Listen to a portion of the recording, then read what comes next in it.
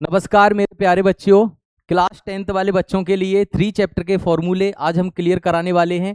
ठीक है, 1 chapter 2 chapter हमने क्लियर करा दिए हैं आपको फॉर्मूले, और उनके सवाल भी हमने करा दिए हैं मोस्ट इंपोर्टेंट।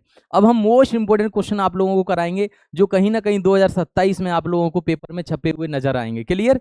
तो आप लोग अच्छे तरीके से लगा लेना। पहले हम फॉर्मूलों को समझेंगे, अगर अच्छे तरीके से सूत्र समझ में आ गए ना तो सवाल में कोई दिक्कत होने वाली नहीं है, हम लोग आसानी से सवालों को सॉल्व कर पाएंगे। क्लियर है? तो चलिए समझते हैं कौन कौन से सूत्र 3 चैप्टर के अंदर यूज होते हैं, उनको हम क्लियर करने वाले हैं। क्लियर है? ओके, तो यहां पर देखिएगा, आप लोग देख सकते हैं कौन कौन से फॉर्मूले हैं। आप लोग देख सकते हैं दो चर वाले रैखिक समीकरण, है ना, इसमें एक्स और वाई दो चर यूज होते हैं। दो चर वाले रैखिक समीकरण यूज होंगे, ध्यान रखना। दो चर वाले रैखिक समीकरण, समझ में आया? यदि समीकरण की निकाय, मान के चलो निकाय इस तरीके से बन के आएगा, इस तरीके से मैं यहां पर लिख भी देता हूं, a1x b1y प्लस c1 बराबर 0। दूसरा होगा a2x b2y प्लस c2 बराबर 0। ये है तुम्हारा दो चर वाले रैखिक समीकरण, यहां पर भी लिखे हुए हैं, आप लोग देख सकते हैं। ठीक है, बराबर c1 लिख सकते हैं अगर समीकरण में c1 आ रहा है, जैसे इस तरीके से यहां पर, जैसे a1x b1y बराबर c1 भी ले सकते हैं, वो समीकरण के हिसाब से आप लोग देख लेना। क्लियर? तो यहां पर देखिए a1x b1y बराबर c1, a2x b2y बराबर c2 हो, तो ये समीकरण निकाय है। इसके अंतर्गत कौन कौन से फॉर्मूले बनते हैं? तो 3 फॉर्मूले बनते हैं, आप लोग कर लेना अच्छे तरीके से। यहां से ऑब्जेक्टिव क्वेश्चन तो एक तो 100% बनता है। ठीक है, एक ऑब्जेक्टिव क्वेश्चन बनता है और एक सवाल भी पेपर में आता है, तो आप लोग अच्छे तरीके से करने का प्रयास करना।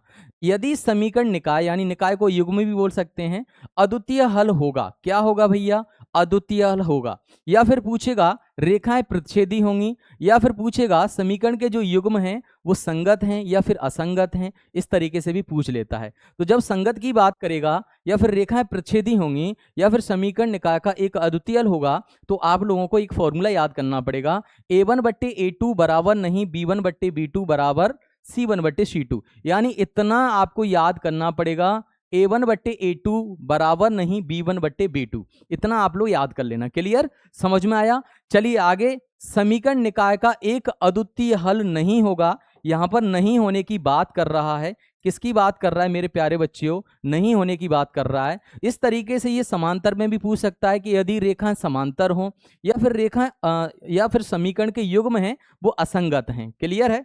तो असंगत के लिए क्या यूज करने वाले हम लोग? इतना यूज करने वाले हैं, a1/a2 बराबर b1/b2। यहां पर समीकरण निकाय का अद्वितीय हल नहीं होगा, और जो रेखाएं हैं वो कैसी होती हैं? समांतर होती हैं, और जो समीकरण के युग्म होते हैं वो तुम्हारे असंगत होते हैं। तो आप लोग अच्छे तरीके से इनको कर लेना। चलिए आगे, अगला जो फॉर्मूला दे रहा है, अनंततः अनेक हल होंगे, या फिर रेखाएं संपाती होंगी, और जो समीकरण के युग्म हैं वो संगत होंगे। तो इसके लिए आप लोगों को फॉर्मूला याद करना पड़ेगा, a1/a2 बराबर b1/b2 बराबर c1/c2।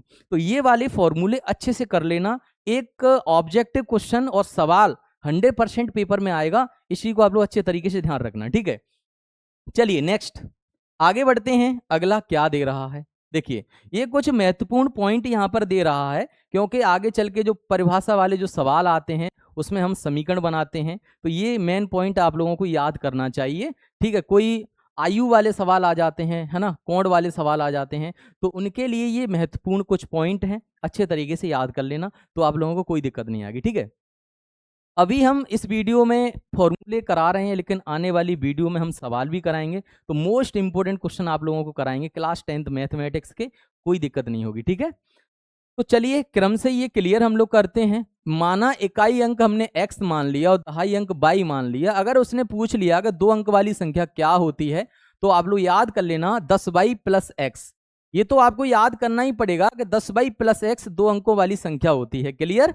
यहां तक समझ में आया? अगला हम चलते हैं चक्री चतुर्भुज। ये चतुर्भुज नजर आ रहा होगा, है ना, इसमें 4 कोण होते हैं, देख लीजिए, है ना, लेकिन यहाँ पर सम्मुख कोण की बात कर रहे हैं, आमने सामने कोण की हम लोग बात कर रहे हैं। क्लियर है? आमने सामने के कोण की बात कर रहे हैं, इस तरीके से आमने सामने के कोण होते हैं। ठीक है। तो चक्री चतुर्भुज के सम्मुख कोणों का जो योग होता है वो 180 डिग्री होता है। आप लोग अच्छे तरीके से याद कर लेना, पता होना चाहिए कि चक्रीय चतुर्भुज के सम्मुख कोणों का योग कितना होगा, 180 डिग्री होगा। क्लियर। उसके बाद चक्री चतुर्भुज के चारों कोणों का जब हम बात करेंगे, यानी इन चारों कोणों का जब हम योग निकालेंगे बेटा, तो योग निकालेंगे तो कितना निकलेगा, 360 डिग्री होता है। ठीक है, टोटल जो कोण होगा 360 डिग्री हो जाएगा चारों कोणों का योग। क्लियर। अब हम आगे बढ़ते हैं। जब त्रिभुज की जब बात पूछता है, ऑब्जेक्टिव में भी यहां से पूछ लेता है, तो त्रिभुज के तीनों कोणों की जब हम बात करेंगे तो त्रिभुज के तीनों कोणों का जो योग होता है वो कितना होता है, 180 डिग्री होता है। तो ये भी आप लोग अच्छे तरीके से याद कर लेना, पता होना चाहिए कि त्रिभुज के तीनों कोणों का योग कितना होता है, 180 डिग्री। आया समझ में? ठीक है। अच्छा, ये एक नोट करके मैंने एक लाइन यहाँ पे लिखाई है, ये आयु वाले जब क्वेश्चन हम करते हैं ना, तो उसमें एक रैखिक समीकरण कन्वर्ट करते हैं, उसमें परिभाषा में देता है, समीकरण बनाएंगे, है ना। समीकरण बनाने के बाद तब उसको हम विलोपन या प्रतिस्थापन विधि से हल करेंगे। क्लियर। तो उसको समझने के लिए जैसे आयु वाले को जब क्वेश्चन दिए जाते हैं तो उनको क्या करना होता है, जैसे मान के चलो किसी व्यक्ति की आयु ज्ञात करना है हमें, ठीक है, तो उसकी वर्तमान आयु में से पूर्व के लिए जब उसमें दिया हो 5 वर्ष पूर्व, 10 वर्ष पूर्व, है ना, तो पूर्व के लिए हम लोग क्या करते हैं, वर्तमान आयु में से पूर्व के लिए घटा देते हैं। समझ में आया? जैसे 5 वर्ष पूर्व की बात कर रहा है तो वर्तमान में से 5 को माइनस कर दो, है ना। तो पूर्व के लिए क्या करेंगे भाई, पूर्व यानी पहले के लिए हमको वर्तमान में से माइनस करना पड़ेगा। तो किसी की भी आयु निकालने के लिए हमें उसकी वर्तमान आयु पता होना चाहिए। अगर हमको वर्तमान आयु पता है तो हम बाद की आयु और पहले की आयु आसानी से निकाल सकते हैं। क्लियर। तो यहां पर देखिए, जब हम पूर्व की आयु निकालेंगे तो क्या करेंगे बेटा, घटा देंगे। जब हम बाद की आयु निकालेंगे यानी पश्चात की बात करेगा, यहां पे बाद की बात करेगा, तो उसके लिए हम लोग क्या करते हैं, जोड़ देते हैं। जैसे मैं कहूंगा कि वर्तमान में कोई व्यक्ति इतने वर्ष का है तो 5 साल बाद कितने का होगा, है ना। मान के चलो 20 साल का है कोई और 5 साल बाद, तो 5 उसमें क्या करना पड़ेगा, जोड़ना पड़ेगा। वर्तमान में 5 वर्ष को जोड़ना पड़ेगा। तो पश्चात के लिए, बाद के लिए हम लोग क्या करते हैं, आयु को जोड़ देते हैं। तो इस तरीके से कुछ इंपॉर्टेंट फैक्ट हैं, तो आप लोग अच्छे तरीके से याद कर लेना।